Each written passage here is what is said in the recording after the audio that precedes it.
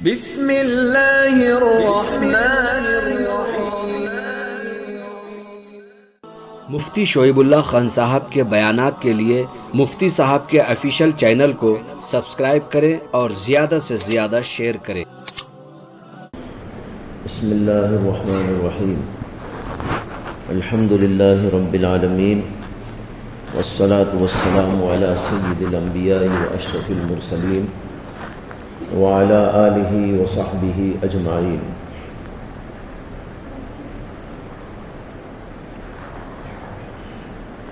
انسان جس کو کہا جاتا ہے وہ کچھ صفات رکھنے والی مخلوق ہے۔ جس کے اندر وہ صفات نہ ہو اس کا نام انسان نہیں۔ صورت شکل انسان کی ہو جائے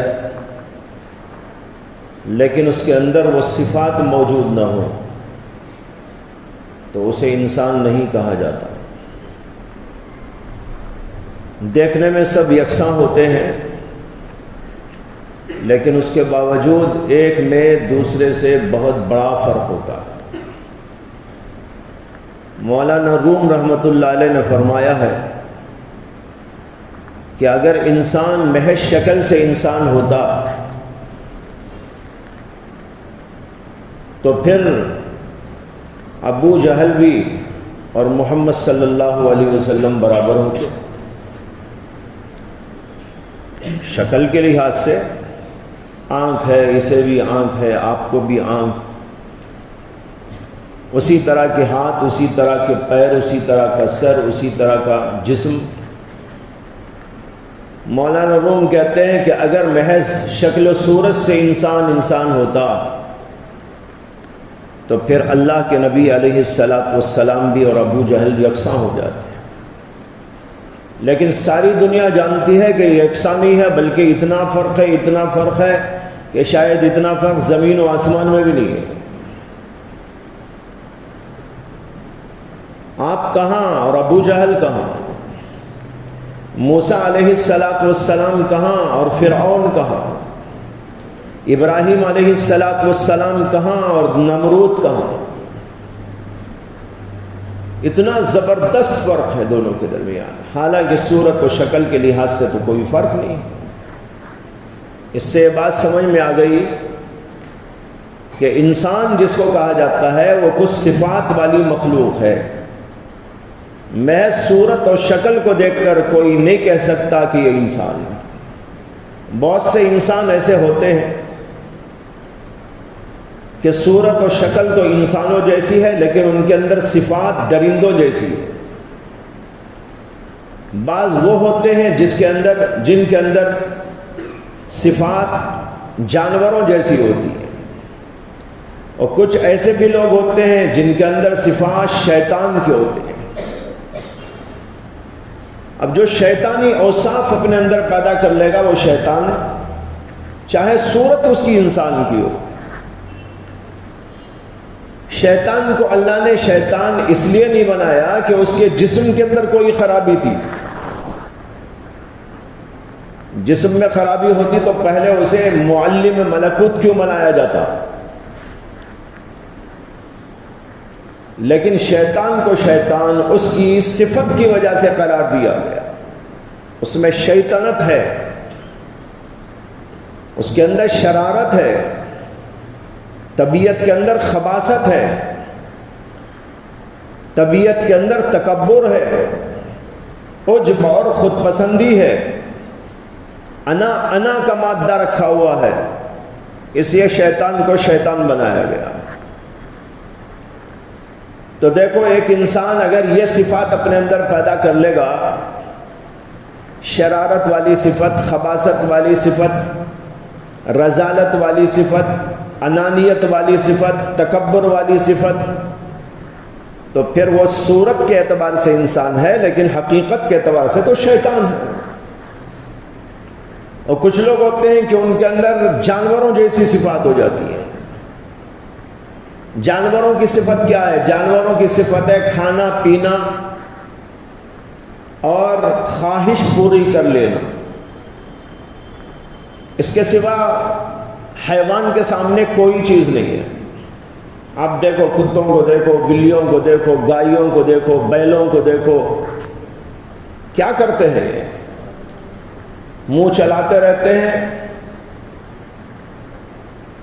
پاخانہ آیا تو پاخانہ کر دیتے ہیں، نیند آئی تو سو جاتے ہیں اور پھر اپنی خواہش پوری کر لیتے ہیں۔ ان کی پوری زندگی کا خلاصہ یہ دو تین باتیں ہیں۔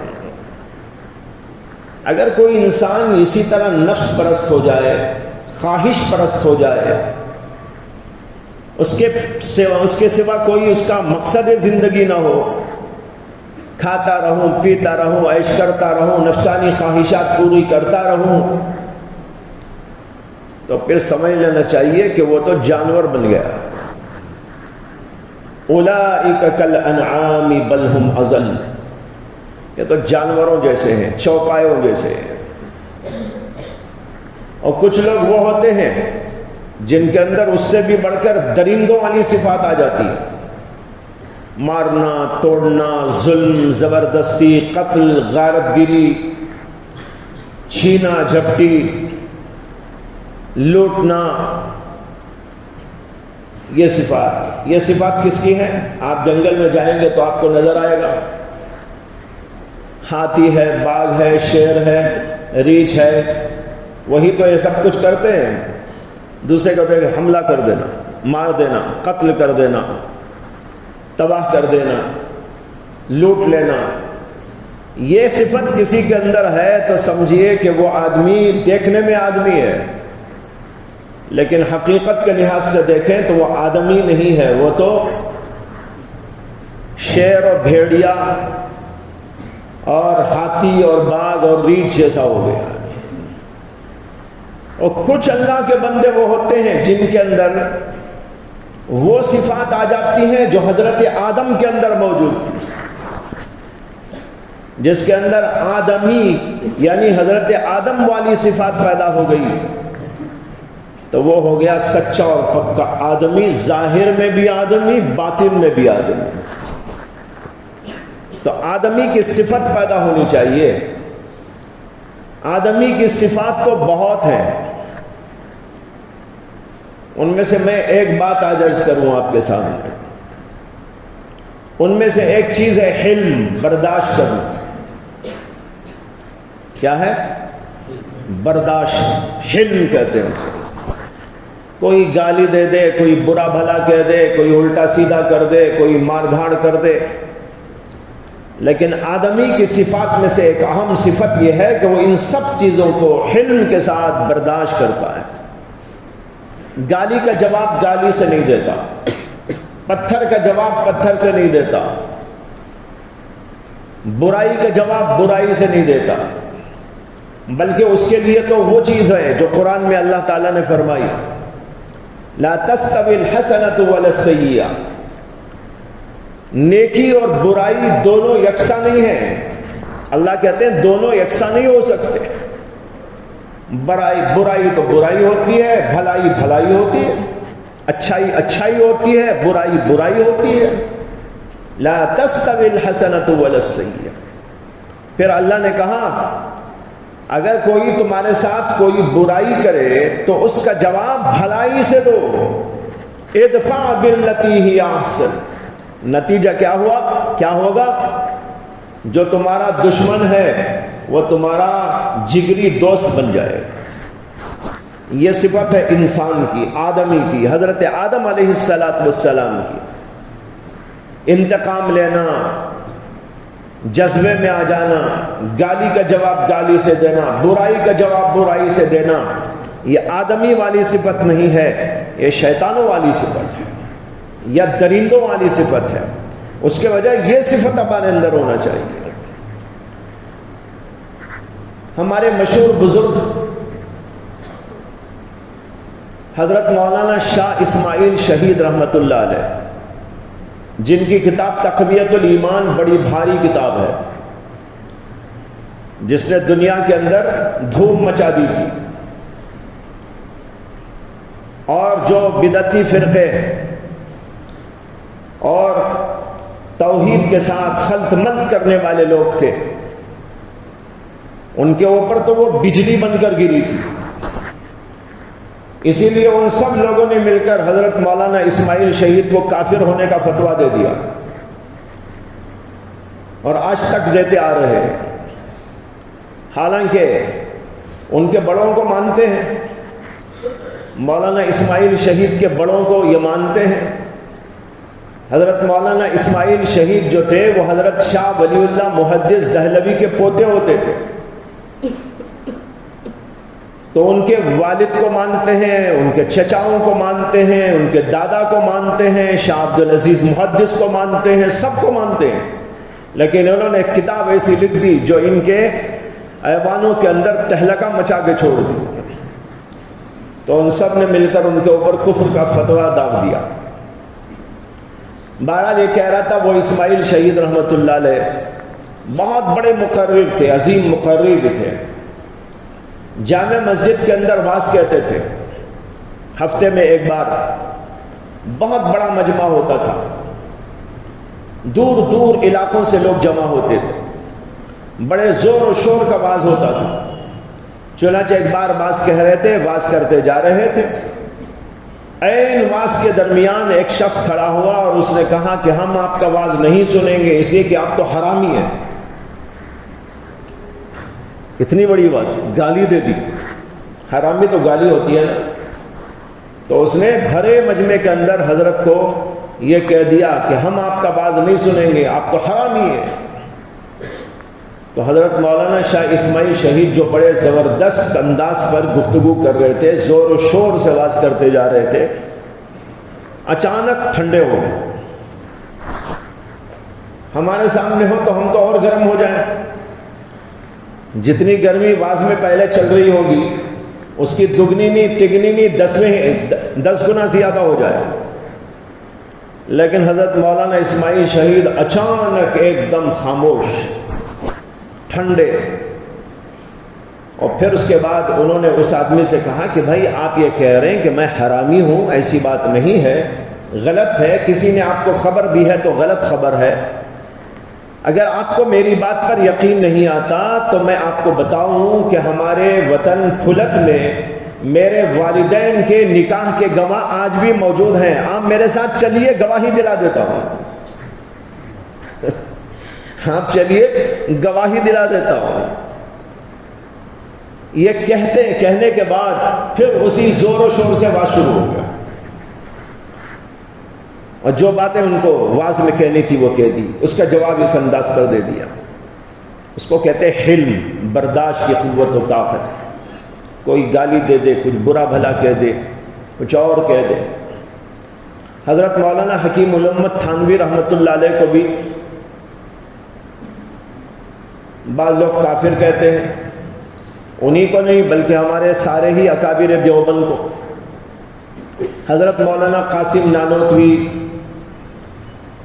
بانی دارالعلوم دیوبند، حضرت مولانا خلیل احمد صاحب محدث سہارنپوری، اسی طرح حضرت مولانا رشید احمد گنگوہی، مولانا اشرف علی تھانوی، ان سب لوگوں کو کافر کہنے والے کافر کہہ گئے اور اب تک بھی کہنے والے کہہ رہے ہیں۔ ایک دفعہ حضرت تھانوی رحمۃ اللہ علیہ ایک بیان کے سلسلے میں دعوت پر ایک علاقے میں گئے جہاں سب کے سب لوگ تقریباً اسی دماغ کے تھے، لیکن کچھ لوگوں نے حضرت سے بات سننے کی خواہش کر کے ان کو وہاں بلا لیا۔ جب اعلانات ہوئے اور حضرت وہاں پر پہنچے تو بیان سے پہلے جہاں پر قیام تھا وہاں پر ایک آدمی نے ایک چٹھی بھیجی حضرت کے نام۔ اس کے اندر لکھا تھا کہ آپ کافر ہیں، دوسرے یہ ہے کہ آپ نسب کے اعتبار سے صحیح نہیں ہے، اور تیسرا یہ ہے کہ جو بیان آپ کرتے ہیں اس کے اندر جو اختلافی باتیں ہیں اسے آپ کو بالکل نہیں بولنا چاہیے۔ اس طرح کی کچھ باتیں لکھ دی اس نے۔ خیر اس کے بعد بیان کا جب وقت آیا تو حضرت وہاں پر پہنچے۔ پہنچنے کے بعد میں فرمایا کہ بھائی ایک صاحب نے ایک چٹھی لکھی ہے اور اس چٹھی کے اندر یہ لکھا ہے کہ میں کافر ہوں. دیکھو اب تک میں تھا کیا وہ تو نہیں بولتا، لیکن اب میں سب لوگوں کے سامنے کلمہ پڑھتا ہوں، اشہد ان لا الہ الا اللہ واشہد ان محمدا عبدہ ورسولہ. اب تو مانتے ہو کہ میں مسلمان ہو گیا؟ اللہ اکبر. ادھر سے کفر کا فتوا رہا ہے اور حضرت یہاں پر فرما رہے ہیں کہ بھائی دیکھو اب تک میں جو تھا واللہ عالم کیا ہے. اگر آپ کو یقین نہیں آتا اب تو میں آپ کے سامنے کلمہ پڑھتا ہوں، سب لوگوں کے سامنے پڑھتا ہوں. مجلس ایک دم ٹھنڈی ہو گئی، سارا وہ غصہ جو تھا وہاں کے لوگوں کو اتر گیا. پھر انہوں نے کہا کہ مجھے لکھا ہے کہ میں جولاہا ہوں، نسب کے اعتبار سے میں صحیح نہیں ہوں. حضرت جو ہے وہ فاروقی شیخ تھے، یعنی حضرت عمر بن خطاب رضی اللہ تعالی عنہ سے ان کی نسبت تھی خاندانی، اسی لیے اشرف علی فاروقی لکھتے تھے. حضرت فاروقی کا مطلب حضرت عمر بن خطاب رضی اللہ تعالی عنہ سے نسبت. جیسے صدیقی وہ لوگ ہیں جو ابو بکر صدیق سے نسبی تعلق رکھتے ہیں. عثمانی وہ لوگ ہیں جو حضرت سیدنا عثمان غنی سے نسبی تعلق رکھتے ہیں. علوی وہ ہیں جو حضرت علی رضی اللہ عنہ سے نسبت رکھتے ہیں. فاروقی وہ ہیں جو حضرت عمر بن خطاب رضی اللہ عنہ سے نسبی تعلق رکھتے ہیں. ان چاروں کو شیوخ کہا جاتا ہے. صدیقی شیخ، عثمانی شیخ، فاروقی شیخ، علوی شیخ، یہ سب کے سب شیوخ کہلاتے ہیں. تو بہرحال حضرت تو اس خاندان سے تھے. اس میں لکھا تھا جولاہا. حضرت نے کہا بھائی میں جولاہا ہوں یا کچھ اور ہوں، اس سے آپ لوگوں کو کیا تعلق ہے؟ اگر کوئی نکاح کا مسئلہ ہوتا آپ اس کی تحقیق کرتے کہ کون سا خاندان ہے تو الگ بات تھی. بات سننے کے لیے کون سے خاندان سے رہا تو کیا ہے؟ کیا جولاہا کا آواز نہیں سننا ہے؟ ارے آواز تو کوئی بھی کہے، اسے کہ سب انسان ہیں، سب اللہ کے بندے ہیں، سب مسلمان ہیں. یہ نسبی تعلقات کی وجہ سے اس سے کیا فرق پڑتا ہے؟ اور پھر انہوں نے کہا کہ رہا مسئلہ اختلافی مسائل کا، تو میری کوئی عادت نہیں ہے کہ میں اختلافی مسائل بیان کروں، لیکن کہیں ضمنی کوئی بات آ گئی تو الگ بات ہے. پھر اس کے بعد لوگ سب کے سب کہنے لگے حضرت آپ واز کیجئے، ہم سننے کے لیے تیار ہیں. پورا مجمع کہنے لگا. وہ کچھ لوگ جو ایسے تھے وہ خاموش بیٹھے نظارہ کر رہے تھے کہ کیا ہوتا ہے. اور اس کے بعد حضرت نے واز فرمایا تو اس کے اندر عجیب بات یہ ہے کہ بدعتی فرقوں کے جتنے مسائل ہیں سب گفتگو میں آ گئے اتفاق سے. بیان تو شروع کیا کچھ، لیکن کسی طرح ڈھلتے ہوئے وہ واز جتنے مسائل اختلافی تھے وہ سارے مسائل زیر گفتگو آئے. لیکن اتنا متین اور سنجیدہ اور علمی اور باوقار لب و لہجہ تھا. دلائل کی گفتگو تھی، نہ کسی پہ طنز تھا، نہ کسی پہ تعریض تھی، نہ کسی کی حجو تھی، نہ کسی کی ملامت تھی، نہ کسی پر کفر کا فتویٰ تھا، نہ کسی کے ساتھ میں کوئی برا انداز تھا. لیکن علمی گفتگو تھی، دلائل کی گفتگو تھی، باوقار متین طریقہ تھا. جب واز ہوا تو وہاں کے سب لوگ سب دیوبندی بن گئے. سمجھ میں آیا؟ یہ ہوتا ہے صحیح طریقہ. اب حلم دیکھو کیسا ہے، وقار علمی بھی ہے اور حلم بھی ہے. یہ ہونا چاہیے. یہ سب چیزیں سیکھنے کی ہوتی ہیں.